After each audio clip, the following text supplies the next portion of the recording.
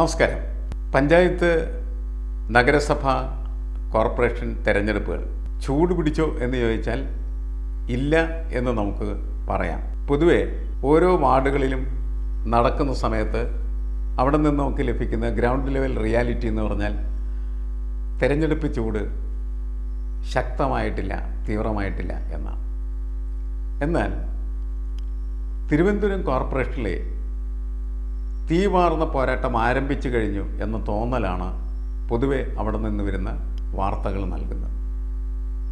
എനിക്ക് തോന്നുന്നു കേരളത്തിലെ ഒരിടത്തും ഇത്ര ശക്തവും തീവ്രമായിട്ടുള്ള പ്രവർത്തനങ്ങൾ ആരംഭിച്ചു കഴിഞ്ഞിട്ടില്ല എന്നുള്ളതാണ്. അതിന് പല കാരണങ്ങളുണ്ട്. തിരുവനന്തപുരം കോർപ്പറേഷനിലേക്ക് ആര് ജയിക്കും എന്നുള്ളത് കേരളത്തിൻ്റെ ഭാവി രാഷ്ട്രീയത്തെ രേഖപ്പെടുത്താൻ പോലും കെൽപ്പുള്ള തിരഞ്ഞെടുപ്പാണ് അത് എന്നതാണ്. അതുകൊണ്ടാണ് അവിടെ അതിനത്രമാത്രം പ്രാധാന്യം വന്നിരിക്കുന്നത്. കേരളത്തിലെ ഈ തെരഞ്ഞെടുപ്പിൻ്റെ ദിശ പോലും മാറ്റാൻ കഴിവുള്ള ഒരു റിസൾട്ടായിരിക്കും തിരുവനന്തപുരത്ത് കോർപ്പറേഷനിൽ നിന്ന് വേണമെങ്കിൽ വരാൻ സാധ്യതയുള്ളൂ. കാരണം BJP തിരഞ്ഞെടുപ്പ് ആരംഭിക്കുന്ന മുമ്പ് തന്നെ പ്രഖ്യാപിച്ച ഒരു കാര്യം, തിരുവനന്തപുരം കോർപ്പറേഷൻ പിടിക്കും, ഭരിക്കും. മാത്രമല്ല, അവർ മുന്നോട്ട് വെച്ച ഏറ്റവും പ്രധാനപ്പെട്ട ഒരു വാഗ്ദാനം, മറ്റ് ഒരു സ്ഥലത്തും ഇല്ലാത്ത തരത്തിലൊരു വാഗ്ദാനം തിരുവനന്തപുരത്ത് BJP വെച്ചിട്ടുണ്ട്.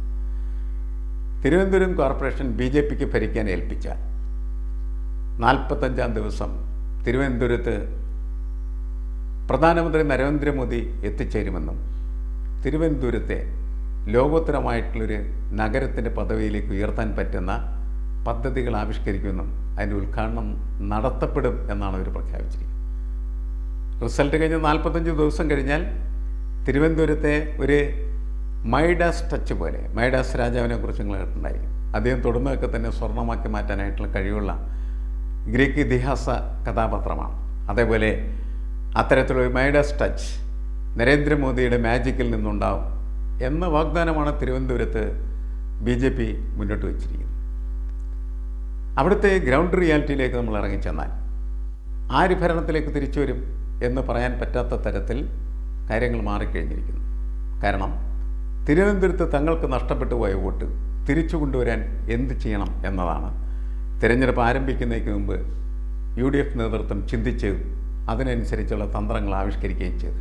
അങ്ങനെയാണ് ശബരിനാഥിനെ മുൻനിർത്തിയുള്ള പോരാട്ടത്തിലേക്ക് അവർ വരുന്നത്. ശബരിനാഥ് മത്സരിക്കുന്ന കവടിയാർ അത്ര സുരക്ഷിതമായിട്ടുള്ളൊരു മണ്ഡലമാണ് കോൺഗ്രസ്സിന് എന്ന് പറയാൻ പറ്റില്ല. കഴിഞ്ഞ വർഷം വളരെ നിസ്സാരമായിട്ടുള്ള വോട്ടിനാണ് അവിടെ കോൺഗ്രസ് വിജയിച്ചത്. നിസ്സാരം എന്ന് പറഞ്ഞാൽ കൈവിരലിൽ എണ്ണാവുന്ന വോട്ടിൻ്റെ ഭൂരിപക്ഷം മാത്രം. പക്ഷേ ശബരിനാഥ് അവിടേക്ക് വരുന്ന സമയത്ത് അതിൻ്റെ സ്വഭാവം മാറുകയാണ് ചെയ്യുന്നത്. ശബരിനാഥ് ഒരു ഭേദപ്പെട്ട ഭൂരിപക്ഷത്തിന് കവടിയാർ ജയിക്കും എന്നതാണ് ഇപ്പോൾ നമുക്ക് മനസ്സിലാക്കാൻ കഴിയുന്ന കാര്യം. അങ്ങനെ പലയിടങ്ങളിലും ശക്തമായിട്ടുള്ള കോൺഗ്രസ് സ്ഥാനാർത്ഥികളെ അവതരിപ്പിക്കുക വഴി കോൺഗ്രസ് പല വാർഡുകളും, കോർപ്പറേഷൻ്റെ പല വാർഡുകളും പുതുതായിട്ട് പിടിച്ചെടുത്തേക്കും എന്ന് പറയുന്ന ഒരു സെൻസ് അവർക്ക് ഉണ്ടാക്കാൻ കഴിയും. ഇതേ സമയത്ത് തന്നെയാണ് അവരുടെ സിറ്റിംഗ് സീറ്റുകൾ, 8 സീറ്റിലാണ് അവർ വിജയിച്ചിരുന്നത്, അതിൽ 4 സീറ്റും വെല്ലുവിളി നേരിടുന്നതായിട്ട് മാറിക്കഴിഞ്ഞിരിക്കുന്നു എന്നുള്ളത്. ഇത് കോൺഗ്രസിനെ മാത്രം ബാധിക്കുന്ന ഒരു കാര്യമല്ല. നിലവിലുള്ള സിറ്റിംഗ് സീറ്റുകൾ നഷ്ടപ്പെടുമോ എന്നുള്ള ഭയം അത് കോൺഗ്രസിൻ്റെ മാത്രമല്ല. കോൺഗ്രസിന് 8 സീറ്റ് ഉണ്ടായിരുന്നുള്ളൂ, ശരിയാണ്. കോൺഗ്രസിനേക്കാൾ വളരെ കൂടുതൽ സീറ്റുള്ള ഭരണത്തിലിരിക്കുന്ന CPM 11 സീറ്റുകളിൽ ഇത്തരത്തിലുള്ള വെല്ലുവിളി നേരിടുന്നു. 35 സീറ്റുള്ള BJP ആകട്ടെ 19 സീറ്റുകളിൽ അത്തരത്തിൽ വെല്ലുവിളി നേരിടുന്നുണ്ട്. ഇവിടെയൊക്കെ വെല്ലുവിളികൾ ഉണ്ട് എന്ന് മനസ്സിലാക്കി അതിനെ മറികടക്കാൻ പറ്റുന്ന തരത്തിലുള്ള പ്രവർത്തനത്തിലേക്ക് അവർ മാറിക്കഴിഞ്ഞിരിക്കുന്നു എന്നുള്ളതാണ്. ആ മാറ്റമാണ് തീവ്രമായിട്ടുള്ള രാഷ്ട്രീയ പ്രവർത്തനത്തിലേക്ക് തിരുവനന്തപുരം കോർപ്പറേഷനെ എത്തിച്ചിരിക്കുന്നത് എന്നാണ് നമ്മൾ മനസ്സിലാക്കേണ്ടത്. തിരുവനന്തപുരം കോർപ്പറേഷനിൽ നിയോജക മണ്ഡലങ്ങൾ വെച്ച് പരിശോധിച്ചാൽ 4 പ്രധാനപ്പെട്ട നിയോജക മണ്ഡലങ്ങൾ അതിനകത്ത് കടന്നു വരുന്നുണ്ട്. 1 തിരുവനന്തപുരം, 2 വട്ടിയൂർക്കാവ്, 3-ാമത്തത് നേമം, 4-ാമത്തത് കഴക്കൂട്ടം. ഈ 4 നിയോജക മണ്ഡലം കൂടാതെ 5-ാമത്തെ കോവളം എന്ന് പറയുന്ന നിയോജക മണ്ഡലത്തിലെ 4 വാർഡുകളും കൂടി ചേർന്നാണ് 101 അംഗ കോർപ്പറേഷൻ്റെ പാർലമെൻറ്റ് യഥാർത്ഥത്തിൽ രൂപപ്പെടുക. അപ്പോൾ ഈ 101 അംഗ കോർപ്പറേഷനിൽ ഏതാണ്ട് 52 സീറ്റുകൾ നേടാൻ കഴിഞ്ഞാൽ ഒറ്റയ്ക്ക് ഭരിക്കാനായിട്ടുള്ള മാജിക് ഫിഗർ ആവും എന്നുള്ള കാര്യം തർക്കമില്ല. തിരുവനന്തപുരം കോർപ്പറേഷൻ എന്ന് പറയുന്നത് കേരളത്തിലെ ഏറ്റവും പഴയ കോർപ്പറേഷനാണ്. 1940 ഒക്ടോബർ 30 അത് രൂപീകൃതമാകുന്നത്. അതിനുശേഷം ഇങ്ങോട്ട് അതിൻ്റെ ചരിത്രം പരിശോധിച്ചാൽ മാറി മാറി രാഷ്ട്രീയ പാർട്ടികൾ അതിൻ്റെ നേതൃത്വത്തിലുണ്ടായിരുന്നു എന്നുള്ളത് ശരിയാണ്. പക്ഷേ വളരെ എഫക്റ്റീവായ, വളരെ ശക്തമായിട്ടുള്ള രീതിയിൽ ഫലപ്രദമായിട്ടുള്ള ഭരണം നടത്തിയ ചരിത്രം അത് വളരെ അപൂർവമാണ് ശരിക്കും പറഞ്ഞാൽ. അതിലേക്ക് എങ്ങനെ തിരുവനന്തപുരം കോർപ്പറേഷൻ കൊണ്ടുവരാം എന്ന ഒരു ഗവേഷണവും അന്വേഷണമൊക്കെ പുതിയ കാലത്ത് രാഷ്ട്രീയ പ്രസ്ഥാനങ്ങൾ നടത്തുകയാണെങ്കിൽ നല്ലതാണ് എന്നാണ് എനിക്ക് തോന്നുന്നത്. ഇപ്പോൾ പക്ഷേ പ്രധാനപ്പെട്ട പോയിൻ്റ് എന്ന് പറയുന്നത് ഇതിൽ എങ്ങനെ വിജയം നേടാനായിട്ട് കഴിയും എന്നുള്ളതാണ്. വിജയിച്ചാൽ മാത്രമാണ് ഓരോ രാഷ്ട്രീയ പാർട്ടിയെ സംബന്ധിച്ചിടത്തോളം അവരുടെ വരാൻ പോകുന്നതായിട്ടുള്ള രാഷ്ട്രീയ ഭാവി എന്ന് പറയുന്നത് ഉറപ്പിച്ചു നിർത്താനായിട്ട് കഴിയുള്ളൂ. ഇത് CPM ജീവൻ മരണ പോരാട്ടത്തിൻ്റെ പ്രശ്നമാണ്. തിരുവനന്തപുരം കോർപ്പറേഷൻ നഷ്ടപ്പെട്ടാൽ അതിൻ്റെ അർത്ഥം അവർക്ക് 2026 അസംബ്ലി നിയമമണ്ഡലത്തിൽ പരാജയമുണ്ടാവും എന്നതാണ്. എന്നുവെച്ചാൽ മൂന്നാം പിണറായി സർക്കാർ എന്ന് പറയുന്ന സ്വപ്നത്തിൻ്റെ തലവെട്ടി മാറ്റുന്ന പ്രക്രിയയായിട്ട് തിരുവനന്തപുരം കോർപ്പറേഷനിലെ പരാജയം മാറിത്തീരും എന്നുള്ളതാണ്. കോൺഗ്രസിൻ്റെ സ്ഥിതി അതിനേക്കാളൊക്കെ തീവ്രമാണ്. കാരണം പഴയതുപോലെ 10 സീറ്റ്, ആ 10 സീറ്റിൽ 2 സീറ്റ് എന്ന് പറഞ്ഞിട്ടുണ്ടെങ്കിൽ ഡീലിമിറ്റേഷൻ്റെ ഫലമായിട്ട് ഇല്ലാതായിപ്പോയി. ബാക്കിയുള്ള 8 സീറ്റിലാണ് നേരത്തെ നമ്മൾ പറഞ്ഞതുപോലെ 4 സീറ്റ് വെല്ലുവിളി നേരിടുന്ന സ്ഥിതിയിലേക്ക് എത്തിച്ചേർന്ന് 10 സീറ്റാണ് കഴിഞ്ഞോളം വരുന്നത്. ആ 10 സീറ്റിൽ നിന്ന് അത് ഉയർത്തി അധികാരത്തിലേക്ക് വരാൻ പറ്റുന്ന രീതിയിലേക്ക് തങ്ങളുടെ അധികാര ഘടനയെ പാകപ്പെടുത്തിയെടുക്കാൻ കഴിഞ്ഞില്ലെങ്കിൽ പിന്നീട് നിയമസഭാ തിരഞ്ഞെടുപ്പ് വിജയം എന്ന് പറയുന്ന സ്വപ്നം അത് വെറും ബാക്കിയായ സ്വപ്നം മാത്രമായിട്ട് നിലനിൽക്കുള്ളൂ. അതുകൊണ്ട് എന്ത് വില കൊടുത്തും തിരുവനന്തപുരം കോർപ്പറേഷൻ പിടിക്കുക എന്ന് പറയുന്നതാണ് UDF അല്ലെങ്കിൽ കോൺഗ്രസ് അവിടെ നടത്തിക്കൊണ്ടിരിക്കുന്നതായിട്ടുള്ള രാഷ്ട്രീയ പ്രവർത്തനം എന്ന് പറയുന്നത്. അതുകൊണ്ടാണ് ശബരിനാഥിനെ പിടിച്ചുകൊണ്ടുവന്ന് വെച്ച് ഭാവിയിലെ മേയറായിട്ട് പ്രഖ്യാപിച്ച് മേയർ സ്ഥാനാർത്ഥിയായിട്ട് അവതരിപ്പിച്ച് അവർ യഥാർത്ഥത്തിൽ അവരുടെ പ്രവർത്തനത്തെ ശക്തമായിട്ടുള്ള രീതിയിൽ മുന്നോട്ട് കൊണ്ടുപോയിക്കൊണ്ടിരിക്കും. ഈ ശക്തമായിട്ടുള്ള ഒരു രാഷ്ട്രീയ പ്രവർത്തനം കോൺഗ്രസിൻ്റെ ഭാഗത്ത് നിന്ന് വന്നാൽ അത് ആരെയാണ് കൂടുതൽ ബാധിക്കുന്നത് എന്ന് നമുക്കൊന്ന് പരിശോധിക്കാം. അത് തീർച്ചയായിട്ടും ബാധിക്കുന്നത് BJP ആയിരിക്കും. നേമത്തെ തിരഞ്ഞെടുപ്പ് നമുക്ക് അറിയാവുന്നൊരു കാര്യമാണ്. ശക്തനായിട്ടുള്ള സ്ഥാനാർത്ഥി അവർ നിർത്തിയാൽ, കോൺഗ്രസ് നിർത്തിയാൽ കോൺഗ്രസിൻ്റെ വോട്ടുകൾ കോൺഗ്രസ് പിടിക്കും. കോൺഗ്രസിൻ്റെ വോട്ടുകൾ കോൺഗ്രസ് പിടിക്കുക എന്ന് പറഞ്ഞാൽ കോൺഗ്രസിൻ്റെ വോട്ട് BJP പോകില്ല എന്ന ഉറപ്പുവരുത്തലാണ്. അങ്ങനെ വരുന്ന സമയത്ത് അത് ഇടതുപക്ഷ വിജയത്തെയാണ് ഉറപ്പാക്കിയത്. നമ്മൾ നേമത്ത് കണ്ടൊരു കാര്യം ആണ്. അത് തന്നെയായിരിക്കാം തിരുവനന്തപുരം കോർപ്പറേഷനിലും ഒരു പരിധിക്കപ്പുറത്തേക്ക് കോൺഗ്രസിൻ്റെ പ്രവർത്തനത്തെ വ്യാപിപ്പിക്കാനും വികസിപ്പിക്കാനും കോൺഗ്രസ്സിന് കഴിഞ്ഞില്ലെങ്കിൽ സംഭവിക്കാൻ പോകുന്നു. വളരെ ശക്തവും തീവ്രമായിട്ടുള്ള രീതിയിൽ ആര്യ രാജേന്ദ്രനെ പോലുള്ള മേയർ ഉണ്ടാക്കി വെച്ചിരിക്കുന്ന പ്രതികൂലമായിട്ടുള്ള സാഹചര്യങ്ങളെ, പ്രതികൂലമായിട്ടുള്ള രാഷ്ട്രീയ സ്ഥിതിവിശേഷത്തെ ശരിയായ രീതിയിൽ ഉപയോഗിക്കാനായിട്ട് കഴിയുകയും ഒരു റേഞ്ചിനപ്പുറത്തേക്ക് പോകാനായിട്ട് കോൺഗ്രസ്സിന് കഴിയുകയും ചെയ്താൽ കോൺഗ്രസ്സിനെ തിരുവനന്തപുരം കോർപ്പറേഷൻ്റെ ഭരണം പിടിച്ചെടുക്കാൻ പറ്റുന്ന തരത്തിലേക്ക് മാറ്റിയെടുക്കാനായിട്ട് സംഘടന സംവിധാനത്തെയും മൊത്തം തിരഞ്ഞെടുപ്പ് സംവിധാനത്തെയും അതിന് കഴിഞ്ഞില്ലെങ്കിൽ അവർ കഴിഞ്ഞവരിന് നേടിയ 10 സീറ്റിന് പകരം ഇത്തവണ ഒരു 20 സീറ്റൊക്കെ ആയിട്ട് വർദ്ധിച്ചു അല്ലെങ്കിൽ മുന്നേറി നിൽക്കുകയാണെങ്കിൽ അത് CPMൻ്റെ തിരിച്ചുവരവിന് CPM വീണ്ടും തിരുവനന്തപുരം കോർപ്പറേഷൻ ഭരിക്കുന്ന സാഹചര്യം സൃഷ്ടിക്കാനായിട്ട് സഹായിക്കും. BJPയുടെ സ്ഥിതി എന്താണ്?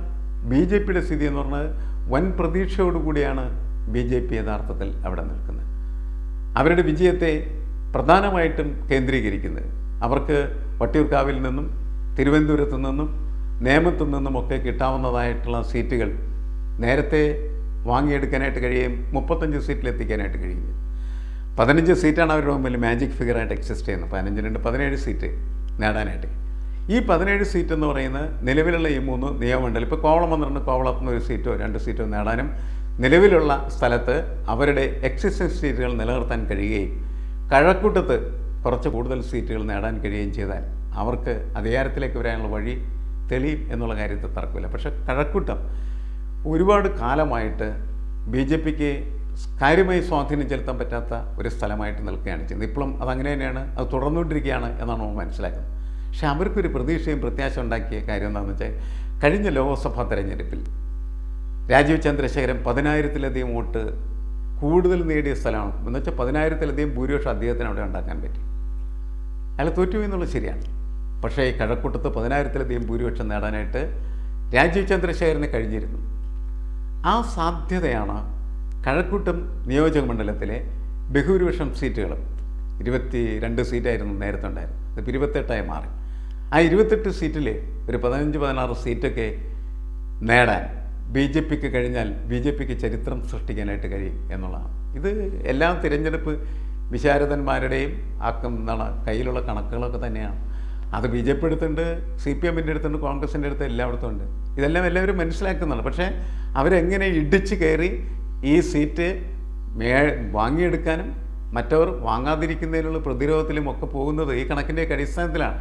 അപ്പോൾ തങ്ങളുടെ വോട്ടുകൾ, തങ്ങളുടെ സീറ്റുകൾ, തങ്ങൾക്ക് നേരത്തെ ലഭ്യമായിരുന്നതായിട്ടുള്ള വാർഡിലെ എണ്ണം എന്ന് പറയുന്നത് ഒരു കാരണവശാലും കുറഞ്ഞു പോകാതിരിക്കുന്നതിന് വേണ്ടിയുള്ള പരിശ്രമം അതിതീവ്രമായി നടത്തുന്നതിൻ്റെ ഫലമായിട്ടാണ് തിരുവനന്തപുരം കോർപ്പറേഷനിലേക്ക് നടക്കുന്ന തെരഞ്ഞെടുപ്പ് എന്ന് പറഞ്ഞാൽ തീ പാറുന്ന തെരഞ്ഞെടുപ്പായിട്ട് മാറിയിരിക്കും. ഈ തീ പാറുന്ന തെരഞ്ഞെടുപ്പിന് ചരിത്രം നിർമ്മിക്കാനായിട്ട് കഴിയണമെങ്കിൽ അവിടെ നിലവിലുള്ള ഇടതുപക്ഷ ജനാധിപത്യ മുന്നണിയുടെ ഭരണം അവസാനിപ്പിച്ച് അതിന് പകരമായിട്ട് കോൺഗ്രസോ അല്ലെങ്കിൽ BJP ഭരണത്തിലേക്ക് എത്തിച്ചേരണം എന്നുള്ളതാണ്.